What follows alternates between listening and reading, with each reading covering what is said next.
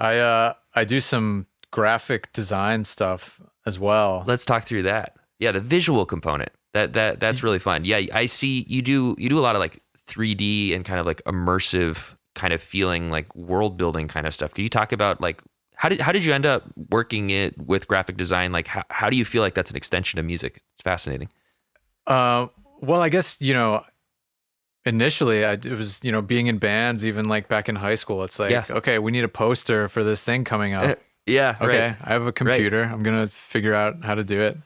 Uh-huh. I don't know. I was always sort of into that stuff. I remember even back in like third grade, I was like the kid who knew how to make, those giant banners on the dot matrix printer. Oh yeah. Yeah. Where like it would just keep spooling out. Love those things. Those are awesome. So like the rest of the class would be doing like a math lesson, and she's like, "Hey Luke, go make us the flyer for this thing. We need a banner." I'm like, "Okay, cool. Sweet." Yeah. But yeah, then the 3D stuff, I just kind of started messing with it. Driving around being on tour with the band and kind of sitting in the backseat of the van, needing something to do. Yeah. So I just kind of started teaching myself how to do it. Cool. And it's, there's a lot of similarities with music and mixing and producing with, making 3D renderings. It's, there's like a technical challenge to it, but it's very rewarding when everything kind of starts coming together. Yeah.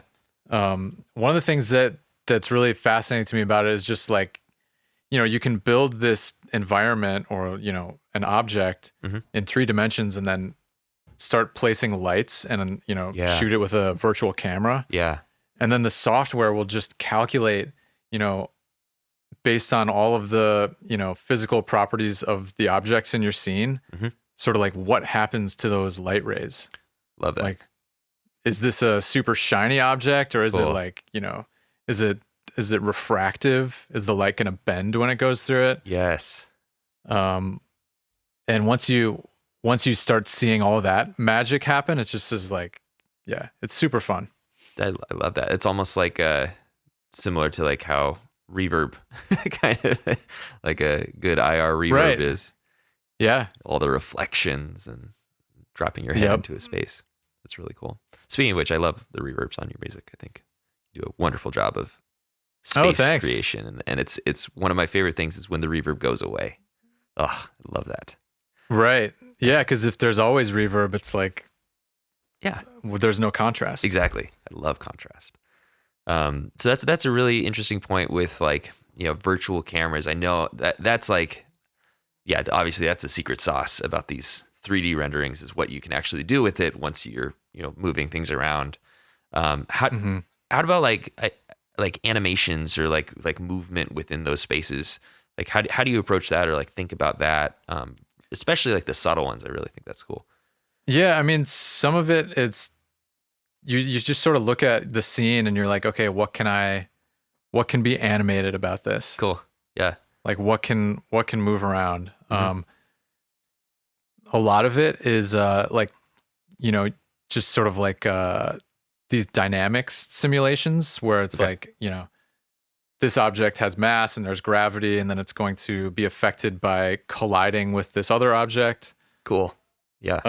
And so it's just sort of like you set up these constraints and then hit play. Awesome. And it kind of just automatically does it, and it looks amazing.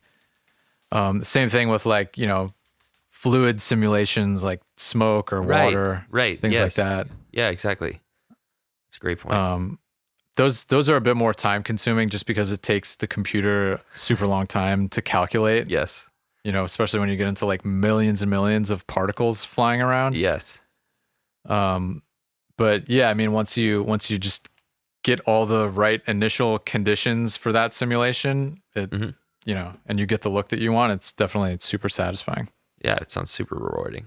Really, really cool. And starting to dip into some of that, but that's more my buddy Max Horwich, who's doing some stuff in Unity and some kind of like 360 music videos that we're doing. We're filming on a green screen, and then we're putting it into like different environments using like basically, which Unity's like a game engine, VR engine. Right. Yeah.